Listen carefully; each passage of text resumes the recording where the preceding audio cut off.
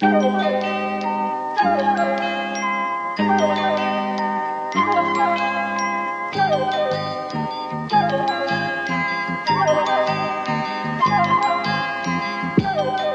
most effective of these people that sort of worry Russell T Davies so much, one of the other things is the most effective ones are clearly like very impassioned and having a good time about it. They're not like Machiavellian string pullers on screen. Oh. Yeah.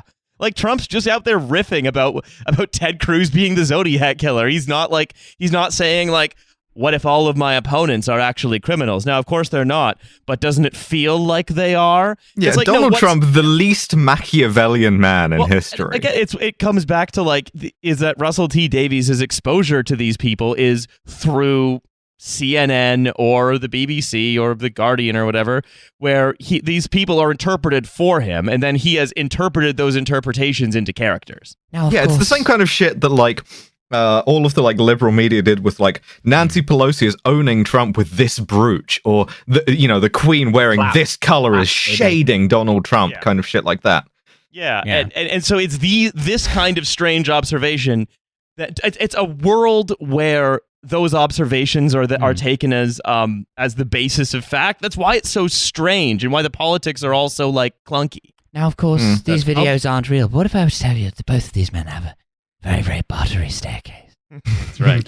Look, the what thing if I is, tell you that both of these men have invented a new nonce detector? Beep, beep, beep, beep, beep, beep, beep, beep.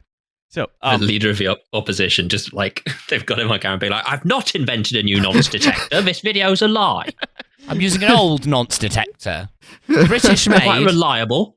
I welcome the new nonce detector, but I would go back to the government and I would say, what is the problem with the old nonce detector? Because either there was a problem and they failed to acknowledge it, or there's not a problem and they have wasted public money on a new and unnecessary nonce detector.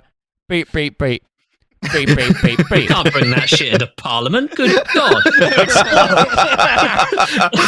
Not to be used in Parliament. Huge red letters, that fucking thing on. Look, the best thing to do, you just have to keep that out of like W postcodes generally. Yeah, it's just like a tackled by police. Yeah, or sorry, tackled by armed police trying to bring the nonce detector into Downing Street.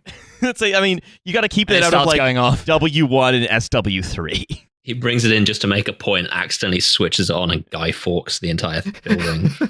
So, anyway, we're coming to the close of the episode here. Oh, thank God. Daniel closes his bank account, takes out all his cash in euros, goes to Spain, smuggles Victor on the bus as planned, and then they, again, for, I don't know what this purpose this line serves, but as they're sort of driving sort of through the streets of Spain, driving through France, they're like, you're lucky the Schengen Agreement's still in place.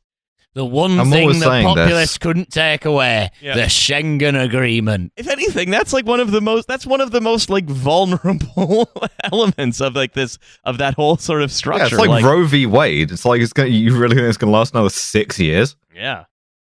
So anyway, Rory Kinnear goes to his mistress's house and they have sex. Also, Edith threatens John Joe with a knife for some reason. In case he's a nonce. Yeah. She's like, you're moving in with a woman who's like vulnerable and who has like young children. And so therefore, I'm going to shit you right up with this knife to make sure that you're not a nonce. Because, if you are, I'm going to stab you to death. She kind of walks in with a knife in one hand. She's like, I've invented a new nonce detector. And if it beeps, I'm going to cut your fucking cock off. If I detect a nonce in here in the next 15 minutes. Just walking in with housing rods. Yeah. You're a nonce, sorry. So, those things are very unscientific. The worst Scouting for Girls tribute band. Dousing for nonce. So anyway, Kinnear is given an epilepsy drug to test, as we mentioned earlier, Chekhov's epilepsy medicine. I have it as in the notes.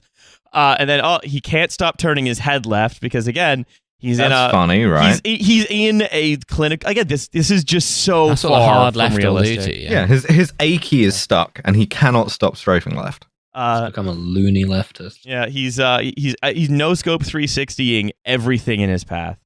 Anyway, in what could be a fun comedy of errors moment, both his wife and his mistress are sent to collect Rory Kinnear by the hospital. It's a party. Yeah. But instead, it's drama, so Yeah. it's just... It could have been fun.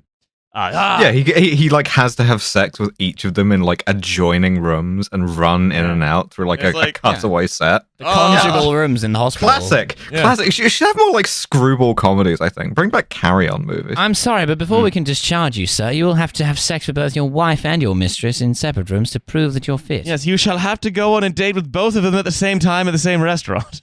Mr. Listen, Bond. listen here, Mr. Carry Bond. on A making the perfectly news. ordinary wife, Yeah, but press here and your mistress arrives. Anyway, Do try and keep them separate, Agent 7. Agent 7. Agent 7. It's very hot. It's very hot. Change the name of the group We've chat to Agent 7. We've I don't simplified 007. Yeah. You can get those double O's for. Yeah, what are the O's for? Seven. Yeah, Excel would take those out. Yeah. We've run everyone through Excel, Agent 7. It's part of a cost-saving exercise. We've rationalized the 00 program. You're just Agent 7 now. Well, let the rest of them figure out why we changed the name of the group chat to Agent 7.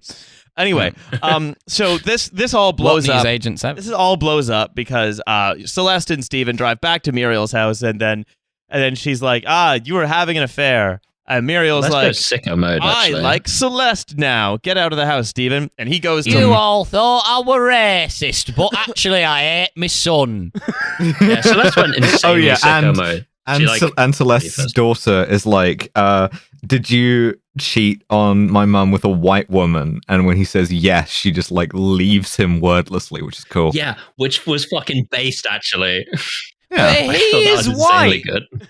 I could understand saying that to a black man, maybe. Maybe that would make sense in that So situation. she's like, but to is like, your dick racist? yeah. I think it would be a pretty fair character moment for her to be upset that her father is I sort of cheated on her mum with a white girl. Yeah, I kind of give him this. Sense. Yeah. I give him The look, way no, I think that it's both written and played is very funny. You have to Yeah, give it's me good. that much. yes, it's I think it's good. Conceptually it's fine, but yes, it is It's definitely like the way in which the line is both written and delivered is surprisingly casual. Yeah. Like she's meant to sound angry, but she's like, "Yeah, you cheated on my mom with a white guy, with a white Good woman." question. like- Canceling my dad. like when the police Yeah. ask you the really fast question that you Yeah, answer she's like without fucking thinking. Columbo. Yeah. Yeah. No, because she asked what color was she, and it takes Rory Kinnear's character a second to realize what she meant. Yeah. Mm. Yeah. I think it was nice. It was a good character. Where it moment. It was- catches Rory Kinnear out is when she says, "Good luck," and he says, "Thank you." So anyway, so Celeste then doesn't even let him take the car. Yeah. She makes him cycle. Yeah. Yeah. So Rory carrying Kinnear- a bunch of like backpacks for his 11 Yeah. jobs, which A is situation very in which funny. he would have just got a taxi. can't afford to because the oh, populists. he's got 11 jobs, The Milo. populists have taken the taxis away now. Yeah. So he they goes to live with his mistress in her one-room flat. And she's like, "Oh, by the way, I do yoga at 6 a.m, so you're gonna have to wake up at 6 and go get a coffee or whatever, and you can come back at 7." And he's like, "Oh no, my marriage! I have to get back to my marriage. This is inconvenient." Have you heard of yoga with Adrian, Stephen? Well, it's between me and Adrian, so you're going to need to leave. What I do with Adrian is none of your business.